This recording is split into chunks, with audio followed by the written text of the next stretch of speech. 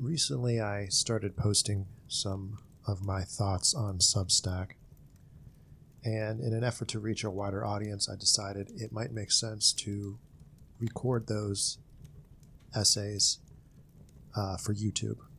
So this will be the first in a series about the quote-unquote R-word. Recently, a man in the UK by the name of Frank Wright has been thrust into the zeitgeist because of the surprisingly eloquent, off-the-cuff interview he gave while canvassing for Restore Britain. He was able to succinctly distill the foundations and frustrations of many across the West with the current neoliberal quote-unquote democracies that rule over them, in order that he correctly attributed its origins to the aftermath of both world wars. Though you could also argue that its origins are even older, and that the threads of it go back decades or even centuries. The Reformation and the following period of quote-unquote Enlightenment are clear contenders, as well as the American and French revolutions of the 18th century. For it was both of those revolutions, which had starkly different outcomes, that stemmed from thought processes and ideologies first incubated by Protestant thinkers like Luther, Calvin, Kant, and Milton. As René Girard argued in Things Hidden Since the Foundations of the World, Protestantism and the modern world it spawned are characterized by mimetic rivalry and the dissolution of sacrificial mechanisms that once unified societies, leading to endless scapegoating and fragmentation. Alasdair MacIntyre similarly traced modern moral chaos to the Reformation and Enlightenment in After Virtue, showing the rejection of teleological ethics led to emotivism and the endless assertion of individual quote-unquote rights against tradition.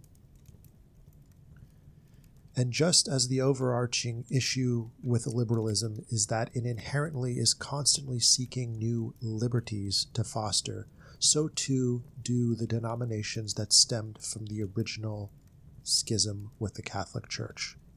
Calvinist and Lutheran churches are some of the most blatantly progressive yet non-Christian churches around today.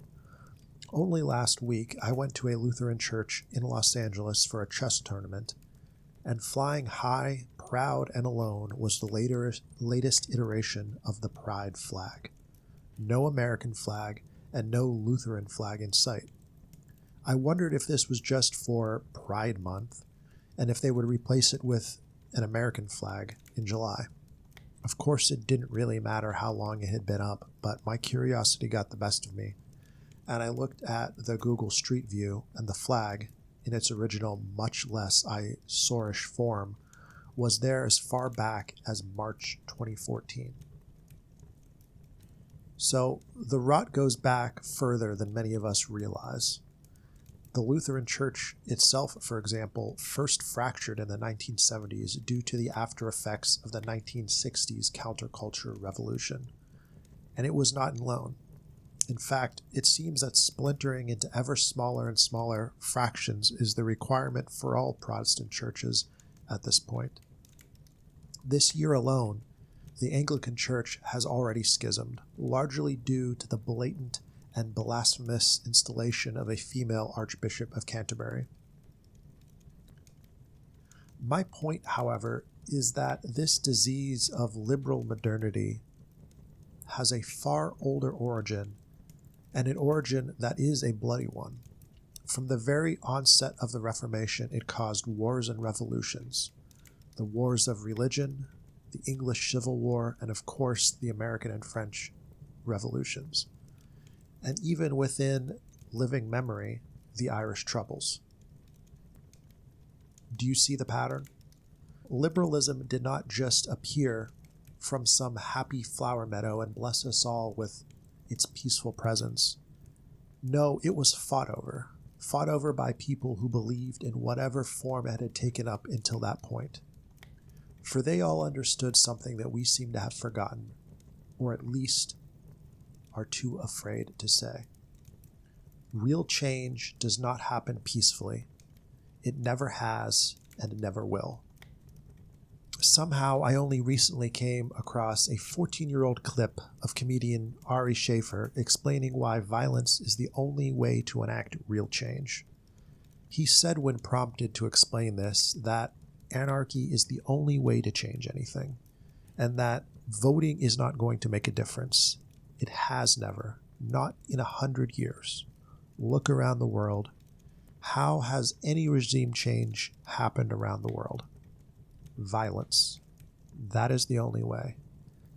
This echoes the French revolutionary syndicalist Georges Sorel, who wrote in Reflections on Violence that violence is the only way to bring about great moral transformations. Viewing it not as mere tactic, but as necessary rupture that forges new collective identities. Frantz Fanon similarly argued in The Wretched of the Earth that violence is a cleansing force that frees the oppressed from their inferiority complex. And as Mao Zedong famously formulated, political power grows out of the barrel of a gun. Of course, that sounds extreme, doesn't it? And only criminals and savages solve their problems through violence, right? Ignore the fact that that was literally how the United States came about. But I suspect we all know, deep down in some uncomfortable place within ourselves, where we try to hide the most inconvenient truths, that the threat of violence is really the only thing that keeps this entire thing we call civilization going.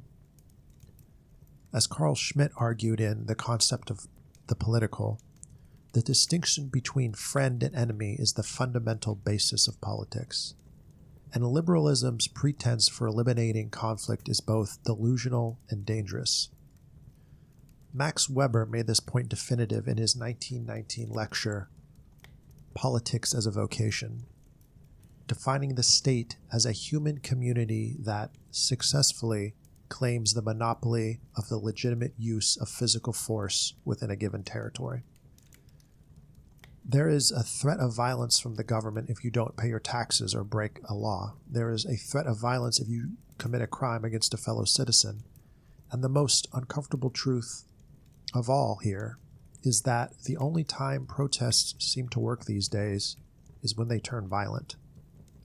And let me ask you what, at the time of this writing, may still seem a bit of a premature question. Which protests caused more immediate and lasting change? The George Floyd protests or the recent Henry Novak protests in the UK or the protests in Belfast against an attempted beheading by a Sudanese migrant? And which of these protests ended up being more violent? And of course, this raises the thought of the unspeakable word, the R word, the phrase that must not be named, at least amongst polite society when talking about their own governments. Of course, if we're talking about non-liberal democracies, the R word is perfectly acceptable. Look at all the countries we cheered for revolutions in this century alone. The Rose Revolution in Georgia in 2003, the Orange Revolution in Ukraine in 2004, the Cedar Revolution in Lebanon in 2005, the Tulip Revolution in Kyrgyzstan in 2005, the Arab Spring across Tunisia, Egypt, Libya, and Syria from 2010 to 2012, the Maidan Revolution in Ukraine in 2014, the Velvet Revolution in Armenia in 2018, the Sudanese Revolution from 2018 to 2019, the Bolivian political crisis in 2019, the Belarusian protest in 2020, the Sri Lankan protest in 2022, the Nepalese protest in last year in 2025, and the ongoing women life freedom movement in Iran that started in 2022 and is still ongoing. Samuel Huntington observed in Political Order in Changing Societies that democratization often requires breakdown and violence, Yet established democracies treat their own instability as unthinkable, a hypocrisy that reinforces that R-word taboo. So why is it that we are so scared of applying it to ourselves? Meaning, why are we so scared of applying it to those of us that currently live in Western democracies? Are we afraid that the mere mention of the R word will somehow thrust it into existence at the very moment of utterance? I think not. I think it's because we are still too comfortable, still too tied to the current world and its current distractions. For gas prices are not yet high enough. Shrinkflation has not shrunk our products enough. Taxes have not taken enough. AI has not replaced enough jobs. Our social services have not declined enough. So, in short, it has still not gotten bad enough for enough people to speak the magical phrase and utter into existence the revolution that many of us, deep down in that secret place, know must happen. And that is why, while I'm excited by the appearance of such an eloquent and refreshingly normal man in the great conversation of the day, I fear too that Frank Wright is not ready for what must be done. So I will continue to wait for things to progress just a little more, and hope that soon the R word will become utterable again. I will leave you with a small yet personal data point that this may not be as far off as we think. I commented on a video a few days ago on Instagram about what appears, at least from the outside, as blatant election stealing in the LA mayoral elections, with ballot counting stretching into weeks and improbable ballot drops happening with little to no votes going to the Republican candidates each time. On that video, I simply commented, "A revolution will fix this." And at the time of this video, the comment has over 500 likes and multiple comments agreeing with it.